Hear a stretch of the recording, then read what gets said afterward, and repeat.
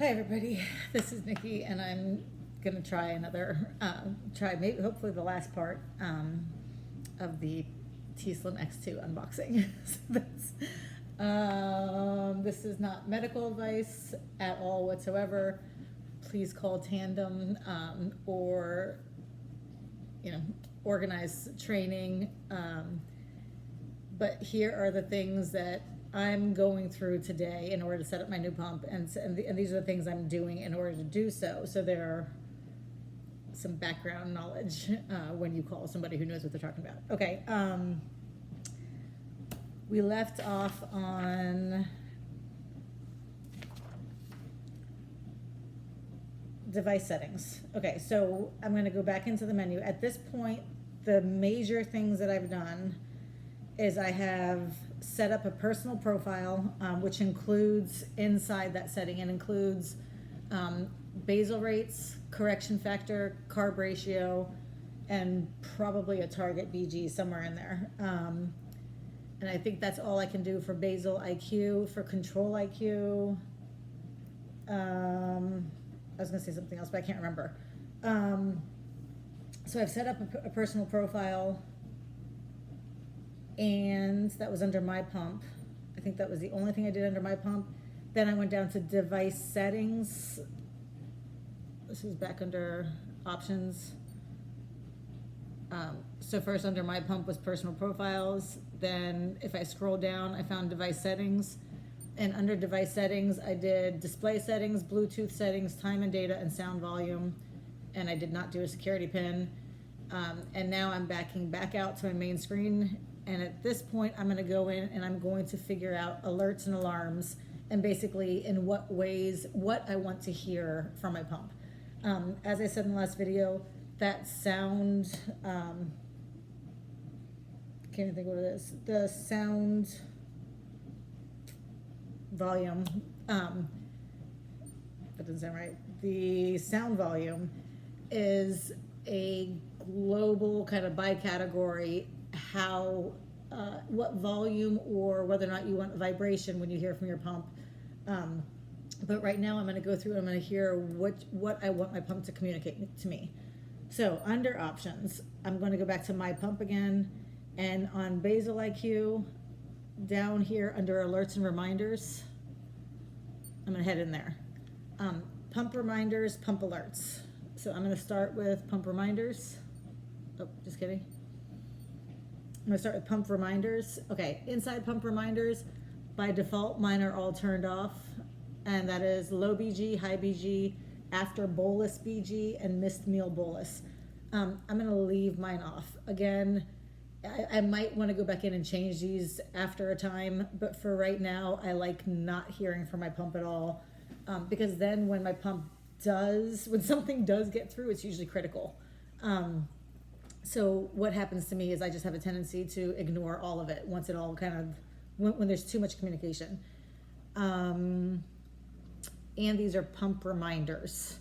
So a pump reminder, again, isn't going to alert me that my BG is low. It's going to remind me that my BG is low. So there's going to be another setting that allows that alert. So for me, I don't do any reminders. Pump alerts. Now this is a little bit different. Low insulin. I like to hear that one. That's an important one. Mine's set at 20 units. I think you can do it for less, but I don't know how much less. And then auto off. I have no idea why I have it set or what it should be or if it's good or bad or whatever it is. I know that if I haven't touched my pump in 24 hours, auto off would mean that it would automatically shut off. And all I can think is, sure, if I haven't touched my pump in 24 hours, then something's wrong. So I guess if you'd like to power down my pump, go ahead. Okay, those are alerts and reminders, and that's it. So that's all. Those are the only notifications I'll get from my pump, and the ones I selected was just low insulin, and then I said I'd leave the auto off.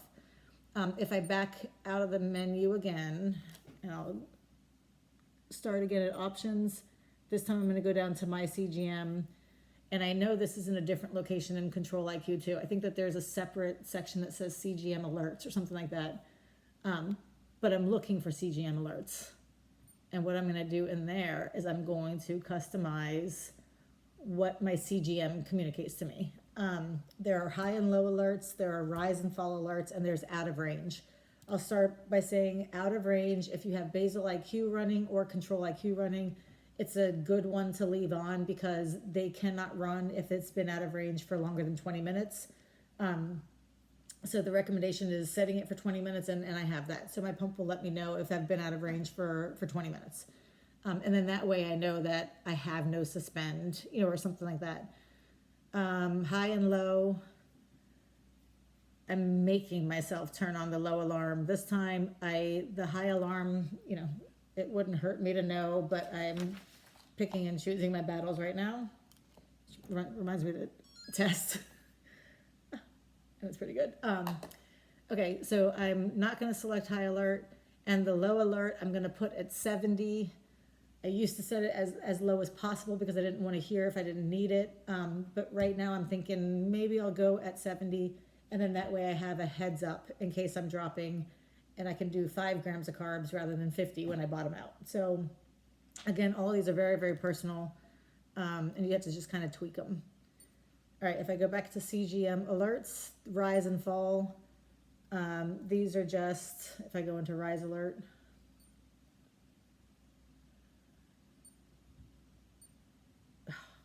okay, if I go into fall alert, because that's where I went.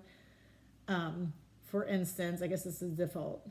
It's going to let me know if it's falling at certain, you can customize it. At what rate that you're rising and falling, do you want to hear from it? I'm turning mine off. Again, it's just not really what I need right now. And I'll go into rise alert and turn that one off too. So I'll just like that. Okay. And those are all my alerts. So I think that's basically everything I can do.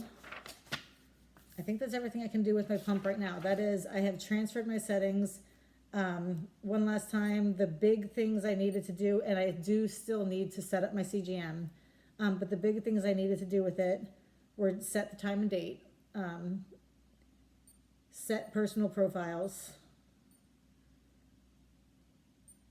So I set up a personal profile, I set up, I did the time and date, I went under my pump and did alerts and reminders and made sure that I had my notifications the way I like them. Then I moved on down to device settings, which again is not on the Control-IQ menu, but what I was doing under there is the sound volume. I think that's in a separate location on the Control-IQ menu. But I made sure that my display settings and my sound volume and security pin and all those things, I went and just kind of poked around in all the menus to see what was there. And the biggest one I think in that area was the sound volume. And that was just, again, to get those, to make those global adjustments for how I wanted to hear alerts and alarms. And then that was all I did. So what's left is for me to hook up my CGM, pair my transmitter. I'm not quite ready to do it, and I don't know if I'll be able to do it today because my head is, whatever.